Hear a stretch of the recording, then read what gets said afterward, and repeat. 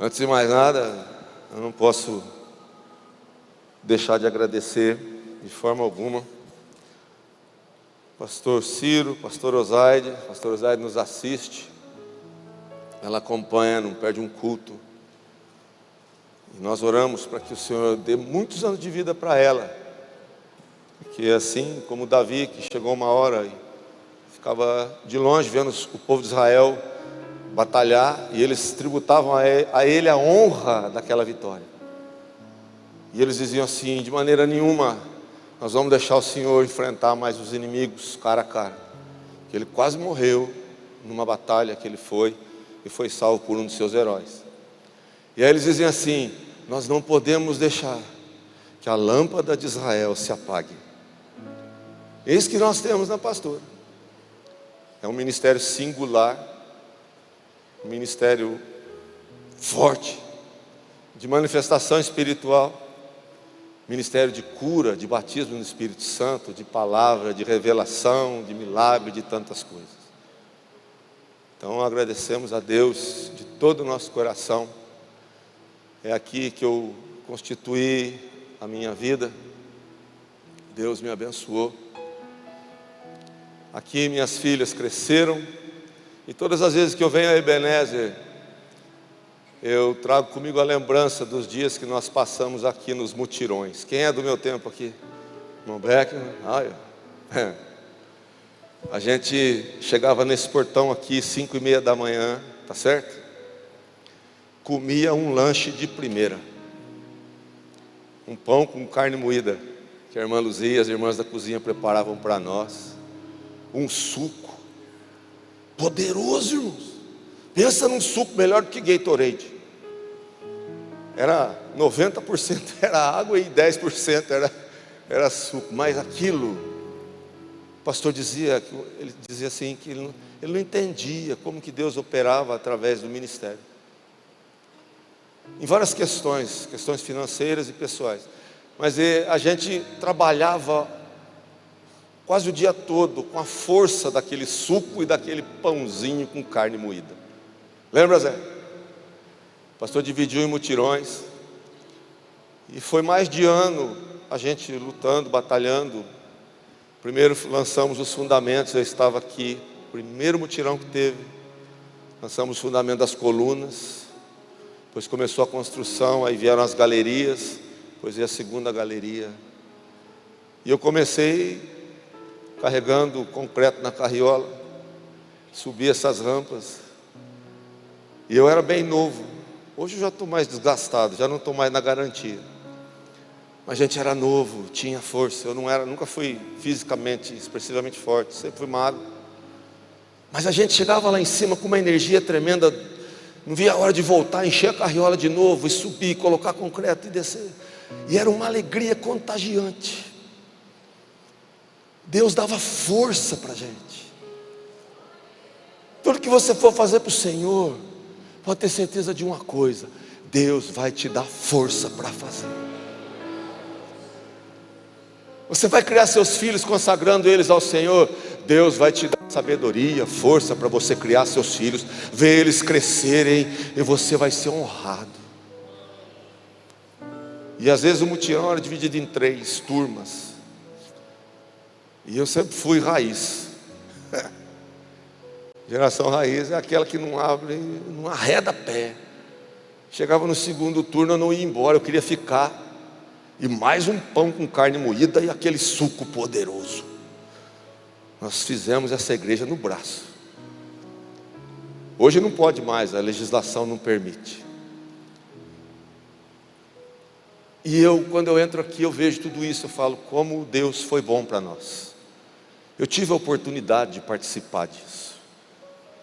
E eu visualizava assim: aqui minhas filhas vão crescer. Elas cresceram, elas foram batizadas aqui na igreja. Agora está vindo os netos, já veio a primeira, ela também vai ser apresentada aqui nesse púlpito. E ela vai crescer aqui junto com os irmãos no convívio, aprendendo comunhão, o que é valores, o que são princípios. E eu olho para essa igreja e falo: a igreja é o nosso refúgio, é o lugar onde a gente pode descansar na presença de Deus. Eu gostava muito daquilo. Aí eu fui promovido. Não era mais carregador de carriola. Eu me tornei piloto de betoneira. Então eu achava o máximo aquilo. Aquela betoneira ficava aqui, ó. Lembra? Tinha 3 betoneiras, uma gigante. E ela tinha um mecanismo que a gente enchia de cimento. E eu comecei a dar ordem. Joga o cimento aí. Apertava um botão, o negócio virava. Assim, tchá. E aí eu achava o máximo. Aí enchia o carrinho dos irmãos. E assim nós fomos fazendo essa catedral. Hoje ela é a nossa casa. E eu quero falar o seguinte. Cadê os gasofiláceos? Mateus capítulo 6, verso 33. Todo mundo aqui sabe falar de cor. Pode não saber a referência, mas se eu der o start, todo mundo vai falar. Quer ver? Mas buscai em primeiro lugar. Olha como a igreja sabe mesmo, né? Também. Buscai em primeiro lugar o reino dos céus e a sua justiça. As demais coisas vos serão acrescentadas. O que me fez aceitar e me tornar um dizimista fiel e um ofertante fiel foi isso aí. O senso de justiça. Quando eu cheguei à Catedral da Graça, eu não ajudei a construir, nem com dízimo, nem com oferta, nem com trabalho. Mas quando eu cheguei aqui, que nós chegamos até ao ponto de comprar o terreno, eu fiz questão de comprar uma parcela. A minha parcela é onde você está sentado aí, Serginho, cuida aí. Era 1 metro de terreno, lembra? E se você olhar ao redor, faz assim, ó. Você já notou a dimensão de tudo isso aqui? Olha ao redor. Olha aqui, ó. Telão. Não é telão, né? Isso aí é... Como é que chama? Vamos deixar por telão mesmo. Estou desatualizado. Microfone, som, púlpito, cadeira. Tudo isso aqui, irmãos, só tem um jeito de construir e de manter. São dízimos e ofertas. Nos mutirões, nunca veio um anjo aqui carregar um saco de cimento para nós. Nós fizemos isso. E a mesma coisa. Cadê os tesoureiros das congregações? Aparece Pix lá que o anjo Gabriel fez? Não aparece. É o povo. Por quê? O senso de justiça. Se é aqui que eu sou abençoado, que a minha família é abençoada, que eu posso ter segurança que minhas filhas vão ser criadas aqui dentro, é um lugar agradável, ar-condicionado, por que eu não vou fazer a minha parte? Por que eu não devo buscar o reino e a justiça do reino? Eu não vejo um apelo maior do que isso. Então, se você é um dizimista, é um ofertante, saia do seu lugar e coloque a sua oferta no gasofilácio. Cadê o gasofilácio? Mas antes, segura a sua oferta na sua mão. Se mova pelo senso de justiça. Não por aquilo que você vai fazer, eu vou dar e Deus vai dar para mim. Irmãos, Deus já proveu tudo para você. Não é a tua oferta que melhora ou não a sua bênção. Lógico, é uma semeadura. O que você plantar, você vai colher. Mas a Bíblia diz, Efésios capítulo 1, no verso 3, diz assim: bendito o Deus e Pai de nosso Senhor Jesus Cristo. E é super atualizado. O qual nos abençoou com toda sorte de bênçãos espirituais nas regiões celestiais em Cristo Jesus. Isso significa o quê? Que Deus não depende do seu ato de falar, eu vou enfiar a mão no bolso agora. A tua bênção já está pronta, ela é espiritual. No reino espiritual é eternidade, tudo já está preparado para você. Mas a nossa disposição chama pela justiça de Deus. É justo que se eu desfruto dos benefícios do ministério, da igreja, que a igreja me proporciona, eu me vejo na obrigação de ser um ofertante, um contribuinte. Segura a sua oferta na sua mão. Curva a tua cabeça e ora da seguinte forma: Senhor, eu vou dar a minha oferta como forma de gratidão por tudo aquilo que o Senhor já proporcionou para a minha vida. Eu vou dar a minha oferta alegremente, Senhor, porque eu estou buscando o Teu reino, o Teu governo, e eu quero que a Tua justiça seja sobre a minha vida. Mas eu vou fazer a minha parte e ofertar com amor, para que o Teu reino prospere e a igreja cresça e vença em nome de Jesus. Consagrou? Já não é seu, traz agora, é do Senhor. Coloque aqui no gasofilácio, você já está abençoado.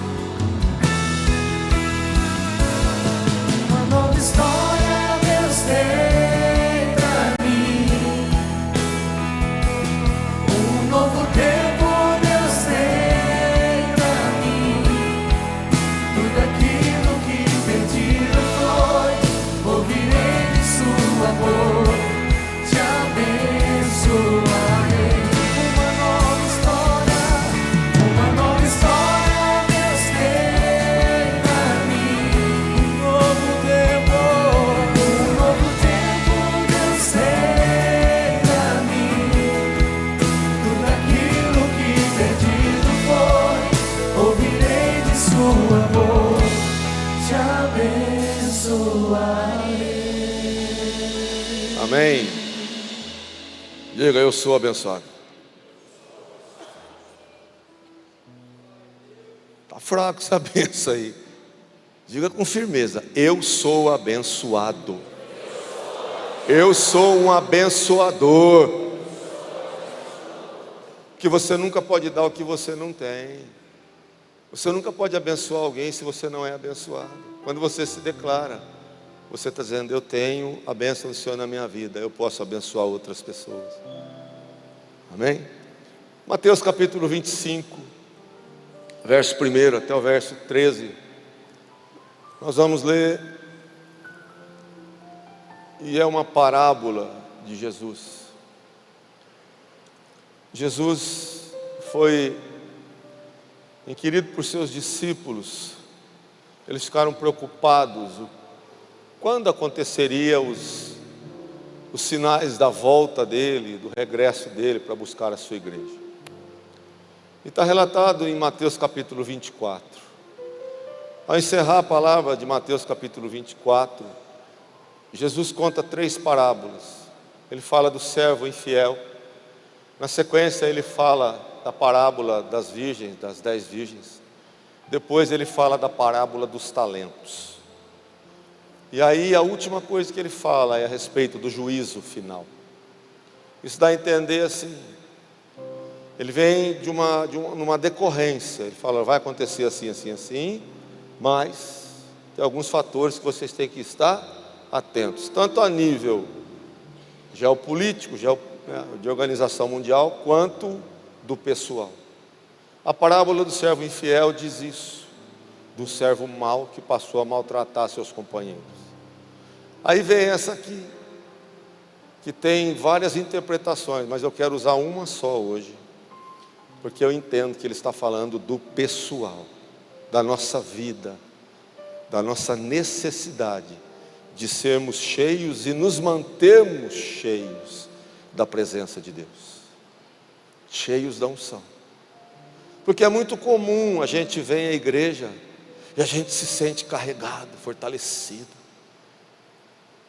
A gente fica animado, a palavra nos enche, o louvor toca na gente.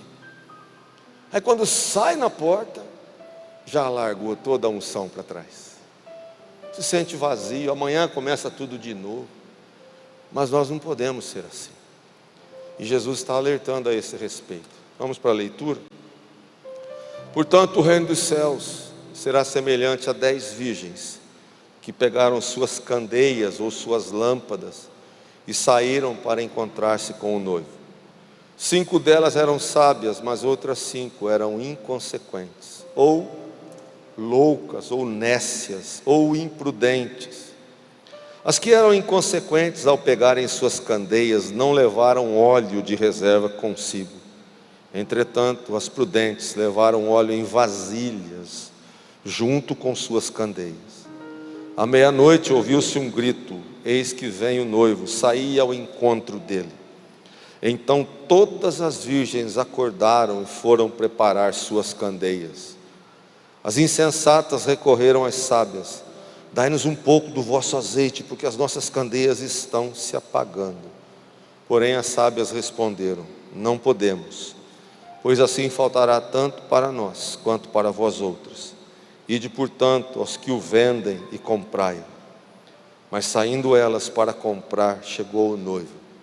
As virgens que estavam preparadas entraram com ele para o banquete de núpcias, e a porta foi fechada. Mais tarde, todavia, chegaram as virgens imprudentes e clamaram: Senhor, Senhor, abre a porta para nós. Contudo, ele lhes respondeu: com certeza vos afirmo, eu não vos conheço. Portanto, vigiai, pois não sabei o dia, tampouco a hora em que o Filho do Homem chegará. É uma exortação de alerta, mas tem algumas características aqui que ilustram a nossa vida, o nosso cotidiano, a nossa vida com Deus, a nossa vida eclesiástica, na igreja, aquilo que o Senhor colocou na gente, o desejo da presença dEle e tudo mais. Jesus usa um casamento da época dele, onde 10 virgens eram preparadas, convidadas. Sabe aquele negócio que o povo está usando agora em casamento, e quando os noivos estão chegando na festa, o pessoal acende aquela varetinha? Outro dia eu me dei mal, fui acender, queimou minha mão, e não funcionou aquilo. Acende aquela varetinha e faz aquele corredor aonde os noivos vão passando. Era aquilo ali. As 10 virgens foram convidadas para fazer parte de um evento que é muito comum em Israel. Um casamento é normal, né? Mas era uma honra fazer parte desse comitê de recepção. E tem algumas singularidades na parábola. Por exemplo, elas foram convidadas e aceitaram. A outra, todas eram virgens. A outra, todas elas dormiram. Jesus, ele deixa bem claro isso, por quê? Porque ninguém se manifesta só: eu sou melhor que os outros porque eu não durmo. Meus irmãos, nós vivemos um tempo de espera, e a espera, ela cansa. Provérbios, capítulo 13, verso 12, diz assim: a esperança que se adia faz adoecer o coração. E a outra parte diz: mas o desejo cumprido é a árvore de vida. Então, quando uma promessa ela vai sendo postergada, a gente vai ficando enfastiado, entediado. Eu cresci ouvindo falar da volta de Jesus. Eu já estou com 58 anos, se Deus quiser, esse ano eu vou para os 59. E o ano que vem, se Deus quiser, eu vou ter 60. Mas aí diz que vai mudar a lei, eu não vou ser idoso, vai mudar para 65. Diz que vai mudar, vamos orar para mudar. E a espera, às vezes ela faz com que a gente vá vendo as nossas esperanças sendo esfriando, sendo consumidas pela espera. O que Jesus dá o exemplo é assim: não existem super-heróis, super-crentes. Todos nós temos altos e baixos.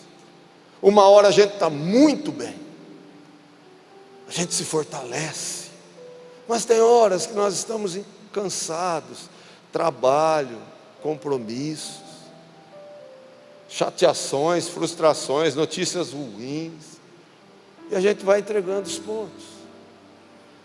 Então, eu enfatizo assim que todo mundo dormiu. Elas foram com um objetivo: nós vamos ver o noivo. Nenhuma delas foi lá com a intenção de dormir. Elas foram lá para recepcionar o noivo. Só que vem a noite, vem a treva, e naquela época não tinha vida noturna como tem hoje, não tinha iluminação como tem hoje, não tinha atividade à noite. Quem andava à noite eram as pessoas que procuravam fazer maldade. E quando vem a noite, o próprio organismo vai entendendo, é hora de apagar. E Jesus entendia das coisas como ninguém.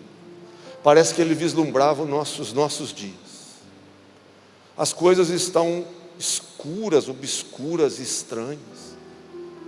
Parece que a escuridão está tomando conta da humanidade. Nós estamos vendo pessoas fazendo coisas absurdas, tentando destruir valores como a família, que é um presente de Deus para o ser humano.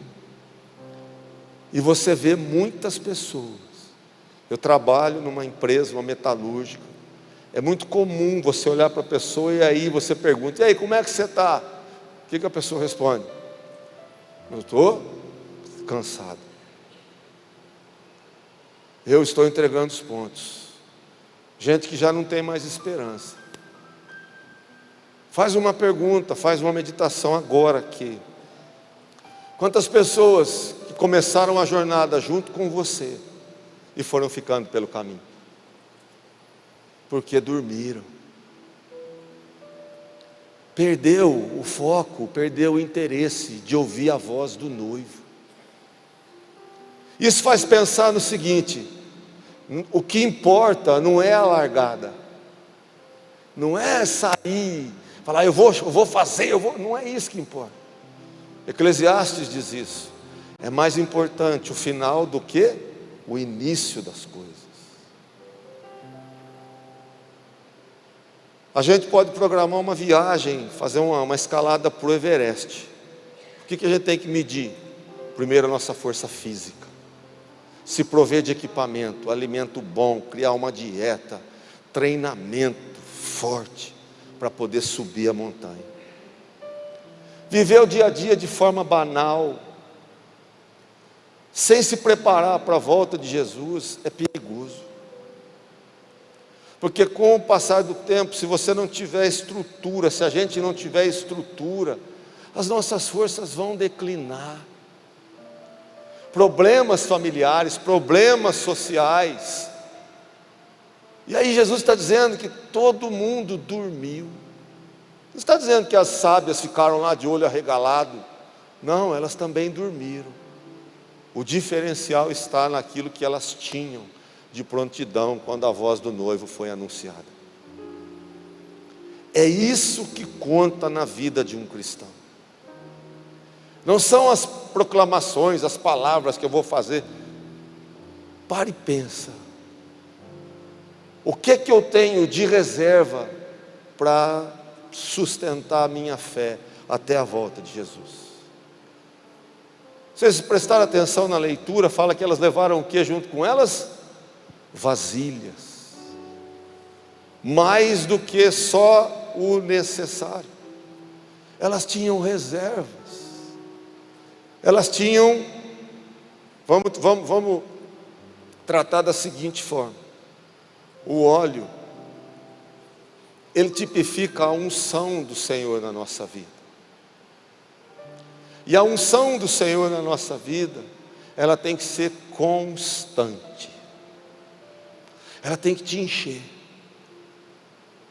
Paulo escreve aos Efésios no capítulo 5, verso 18, ele diz assim: não, fazei tudo sem murmurações e contendas, primeira parte, versículo 17. Aí diz assim: não vos embriagueis com vinho, que é fonte de contenda e dissolução, mas enchei-vos do Espírito Santo. A palavra encher significa que não sobra espaço para mais nada.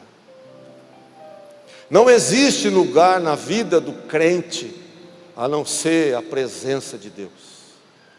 Não existe o beliscar no mundo, não existe a convivência com o mundo, a não ser a convivência só para tentar ganhar as pessoas do mundo. Caso contrário, é um risco, é arriscado você se envolver.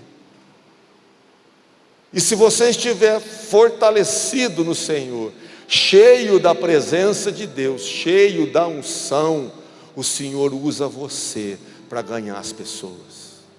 Mas se você não estiver, se eu não estiver, eu corro o risco de perder a minha santidade e ser contaminado pelos valores do mundo. É como eu disse, o dia que você aceitou Jesus, você entregou sua vida para Ele. Todo mundo aqui já aceitou Jesus? Você entregou sua vida para Ele. Não importa mais o que ficou para trás. Efésios também diz que no passado a gente era treva, mas agora nós somos luz do Senhor. Deus mudou a nossa história. Mateus capítulo 7, o Senhor diz para os discípulos, ele diz que capítulo 5, verso 14 a 16. Isso aí você tem que trazer para a sua vida. Diga assim: eu sou luz do mundo. Mas para que eu tenha luz, o que eu tenho que ter? Combustível. Sem combustível não existe luz. É um engodo. É uma ilusão querer transparecer algo que a gente não tem. O crente, às vezes você se depara com alguns desafios na sua vida, e você só vai vencê-los se você for luz, porque a luz, ela prevalece sobre as trevas, ela dissipa as trevas não podem vencer a luz. Eu consegui achar só um exemplo, o único que eu achei. Do resto, toda fonte de luz depende de um abastecimento. O único ser que eu vejo que não carrega bateria, pelo menos que a gente entende, é o vagalume. Ele não conecta em lugar nenhum, não sei como é que ele faz, mas ele produz luz própria. Acho que é a alimentação, com certeza. Deve comer palito de fósforo para viver acendendo, piscando daquele jeito. Mas o resto, isso que nós estamos vendo aqui, eu não sei se a nossa energia vem lá de Itaipu, sei lá de onde vem, do Rio Tietê, não sei. Mas em algum lugar, o combustível foi lançado para que isso fosse assim. E o combustível, ele passa a encher a sua vida a partir do momento que Jesus entrou na sua vida. Quando Ele entrou na sua vida, esse combustível passa a ser o tempo todo reciclado. Ele vai te renovando, Ele vai te dando forças, Ele vai te esclarecendo, Ele vai te melhorando. Sem Jesus, João capítulo 15, sem Jesus, o que você pode fazer? Nada. Sem Ele não existe a menor possibilidade de você brilhar. Não tem como. Aí João, na primeira carta de João, no capítulo 2, no verso 27, diz o seguinte. Fala assim comigo, ó.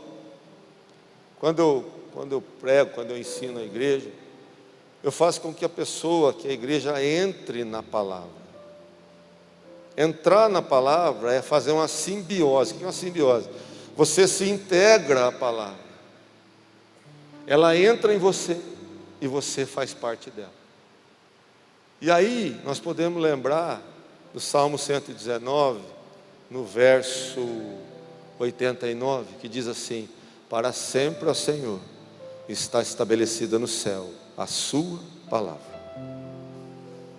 Quando você entende a dimensão do que é entrar na palavra, a eternidade entra no seu coração. Aí o apóstolo João escreve assim, ó. Vamos falar junto comigo? Eu falo, vocês repetem? A unção que eu recebi, ela permanece ela é verdadeira, e eu não tenho necessidade que ninguém me ensine coisa alguma, porque você já tem tudo o que você precisa nessa questão. Quando Jesus entrou na sua vida, Ele te abasteceu da vida dEle, e a vida dEle é a luz excelente. Evangelho de João capítulo 1 diz assim, que Ele é a luz que vindo ao mundo ilumina todo o ser humano. É Ele que complementa tudo, é Ele que determina tudo. Então essa unção está na gente. O que acontece é que as circunstâncias meio que sufocam essa unção. Tem hora que a gente, vamos ser sinceros, parece que o desânimo quer tomar conta do coração da gente. Mas você tem a unção do Santo, ela está em você, e ela permanece, ela é verdadeira, ela não é combustível adulterado, não tem mistura, ela é pura, ela é confiável, e ela faz toda a diferença. Aí Mateus capítulo 12 diz assim, que o Senhor, Ele não despreza a cana quebrada, e Ele não despreza o morrão que fumega. As pessoas tendem a descartar a gente quando a gente não está muito bem, não é assim? Quando as pessoas percebem que você não está muito bem, as pessoas parecem que fazem questão, fica longe porque não está legal. Mas Jesus não.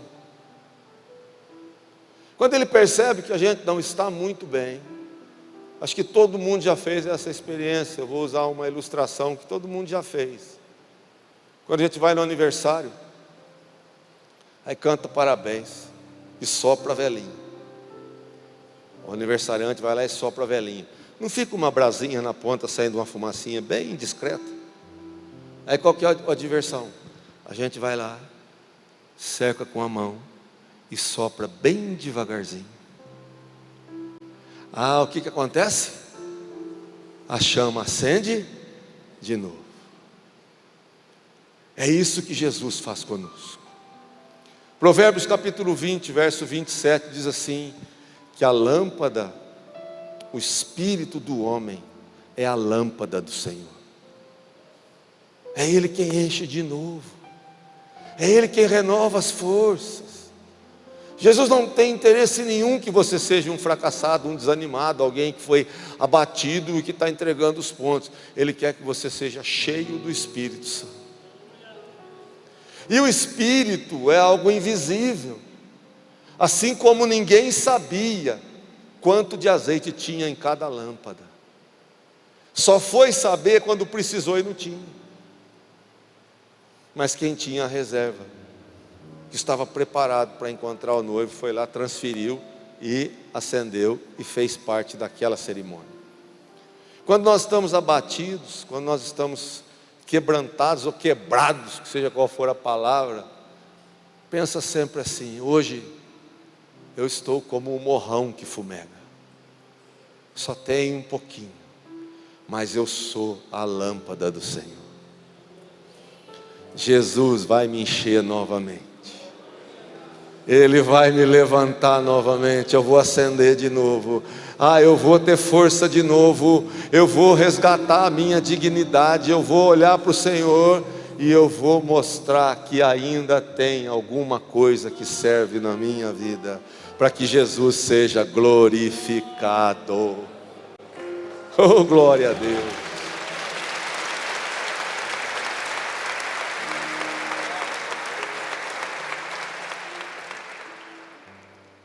Filipenses 2,15, Paulo escreve que o Senhor nos estabeleceu como luzeiros, ou estrelas, ou astros, num mundo, no meio de uma geração pervertida e corrompida.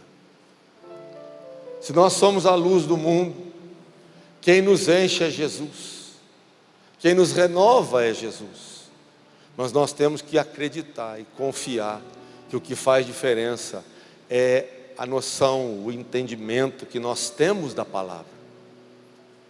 Porque o que faz diferença no reino espiritual é o domínio que nós temos da palavra. Como eu disse, é um engodo achar que você vira o culto. Deixa eu comentar, contar um testemunho. Uma vez eu fui a um encontro de casais e após uma das ministrações, terminou a ministração, acho que era uma sexta-noite, nós fomos para o alojamento. Encontro de casais é uma coisa mais antagônica que tem, né? Porque é encontro de casais, mas aí os homens dormem de um lado, as mulheres dormem do outro. Então não tem nada de encontro ali, né?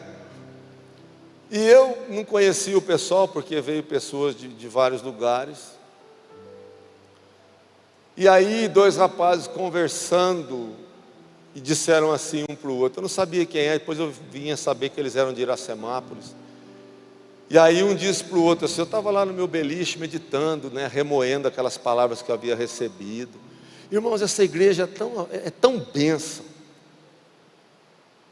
Tão bênção. Quantos casamentos arrebentados, arruinados, destruídos, Jesus restaurou. O meu foi um. Quanta coisa Ele fez na nossa vida através dessa igreja, desse ministério.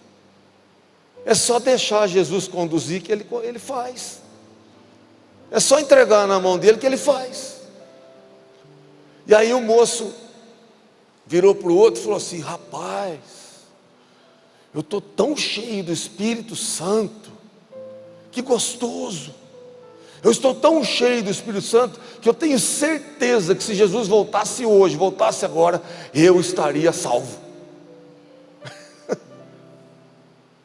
Mas ele disse naquele momento. Aí o outro virou para ele, mas também, nós estamos aqui tantos dias só recebendo palavra, não tem mistureba de nada, não tem coisa errada, até eu. Então é um engodo achar assim, olha, é suficiente eu vir à igreja e receber uma palavra de meia hora, 40 minutos. Não, a unção ela tem que permanecer na sua vida. Aqui dentro, irmãos, não faz diferença assim, eu estou cheio do Espírito Santo, porque todo mundo está todo mundo nivelado. Quando Jesus é adorado, Ele enche todo mundo. Você se sente fortalecido. O diferencial é lá fora. É amanhã no trânsito, cadê os homens aí? Qual que é um dos ambientes mais difíceis para a gente, irmãos? No trânsito. Principalmente uma buzinada atrás, quando a gente faz uma besteira. No trabalho, nos conflitos, nas afrontas, nas discussões dentro de casa. Irmãos, todo casal discute, eu não vou falar briga não, mas todo casal discute. E chega uma hora que todo mundo vou desistir. Não, desiste não. Você é um morrão, vocês dois são 2 morrões. Jesus pode encher você de novo, o fogo vai brilhar de novo, vai ter chama acesa lá na tua casa. Vai ter reversão, acredita nisso. Lá fora é que faz diferença. É o dia a dia, são os relacionamentos que você mostra se eu tenho a unção do santo, eu sei administrar um conflito, eu posso suportar uma humilhação, eu posso suportar uma afronta, eu não preciso responder à altura, eu posso amar meu inimigo, eu posso orar por aquele que me persegue, eu posso abençoar a pessoa que me amaldiçoa. É isso que é a unção que permanece. Tem gente que confunde, acha que a unção ela só enche a gente na hora do culto, principalmente na hora dos louvores. Mas não pode ser assim. A unção tem que ficar dentro de você. A unção tem que prevalecer na tua vida. E Jesus enche você. O salmista escreve isso no Salmo 18, no verso 29, ele diz: o Senhor é quem derrama luz nas minhas trevas, Ele mantém a minha lâmpada acesa. A gente é que tem que pedir para Deus: Senhor, eu estou enfraquecido, me ajuda, eu preciso permanecer de pé. Eu quero vencer. Tudo bem, você vai dormir, tem hora, vai. Mas se a unção permanece em você, uma hora ou outra você vai ouvir o som da voz do noivo. Você vai estar preparado. E você vai fazer parte da maior festa que esse universo já presenciou. O maior casamento que esse universo já presenciou. Nunca houve, nunca mais haverá um evento como o arrebatamento da igreja. Mas não perca a unção. Pastor, o que eu tenho que fazer? Quando você se integra à palavra, a palavra passa a ter voz de comando na tua vida. Eu tenho esse ano vai fazer 44 anos de trabalho, de carteira assinada. Comecei a trabalhar com 14 anos. E eu entendo assim, quando eu estou fraco, eu tenho que fazer? Me alimentar. Se eu comer alimento ruim, o que vai acontecer? Vai me fazer mal. Ao invés de me nutrir, vai me destruir. Mas se eu me alimento de coisas boas, eu vou ter saúde. Eu vou ter pegada, eu vou ter força. Se eu faço um trabalho físico de esforço que exige esforço maior, eu tenho que comer coisas que me sustentam. No reino espiritual, nós somos sustentados pela ministração da palavra de Deus. E a reserva é exatamente isso. É na hora que precisar, você ter lá um versículo, um texto, um contexto, para que entre em ação e fazer valer a tua vida com Jesus. Isaías capítulo 40 diz assim, que acaso você não sabe que o teu Deus, Ele não dorme. Ele nem pestaneja, Ele não cochila. Ele é quem faz forte o cansado. E suscita forças àquele que não tem nenhum vigor. Ou seja, a hora que nós mais precisamos de Deus, é quando nós nos declaramos, Senhor, eu estou agonizando. Eu preciso do renovo. E aí o Isaías, o profeta, diz, mas aqueles que esperam, ele fala dos jovens, né? Os jovens se cansam, correm e se cansam, caminham e se fatigam, e os velhos e cansados caem, desmaiam, mas aí ele diz assim, mas os que esperam no Senhor, renovam as suas forças, sobem com asas como as das águias. Deus tem propósitos maiores para a sua vida. Você não foi feito para rastejar. É uma verdade tão grande que fala que no céu nós vamos ser como o quê? Anjos. Anjo faz o quê? Rasteja? Ele voa. Você foi projetado para voar, para vencer. Mas crie reservas para você. Leva sempre com você o sopro de Deus na sua vida. Sabe, tem hora que eu me sinto assim, sabe, cansado. Aí parece que eu vejo a mão do Senhor me cercando assim, soprando muito levemente.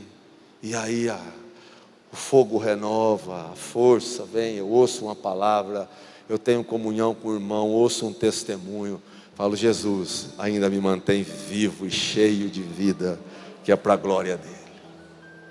Amém?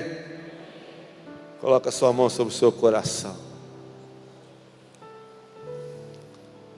Comece a declarar, Senhor, me enche da tua presença. Cumpre a tua palavra, a tua promessa na minha vida, de ser a tua lâmpada e derrama luz nas minhas trevas. Me dá força, vitalidade, vigor, que eu tenha reservas em ti. Eu me comprometo a criar reservas em ti, para vencer todo o mal que se levante contra a minha vida. E eu oro para que Deus te renove, te enche, te abasteça, te fortaleça, te dê graça suficiente todos os dias, em todas as circunstâncias. Que o Deus da Bíblia, que nunca desamparou ninguém, e que nunca ninguém que confiou nele foi envergonhado nem confundido. Esse é o Deus que vai olhar para você Aleluia. Mesmo como um morrão que fumega, Ele vai olhar e vai encontrar forças para te renovar. Ele vai se revelar na tua vida, na tua casa, na tua família, nos teus relacionamentos, nas tuas decisões. Ele vai mostrar para você quem Ele é. Você está nas mãos dEle, e as mãos dEle são infalíveis e perfeitas. Desfruta das bênçãos que Deus te deu, e seja cheio do Espírito Santo, em nome de Jesus. Amém.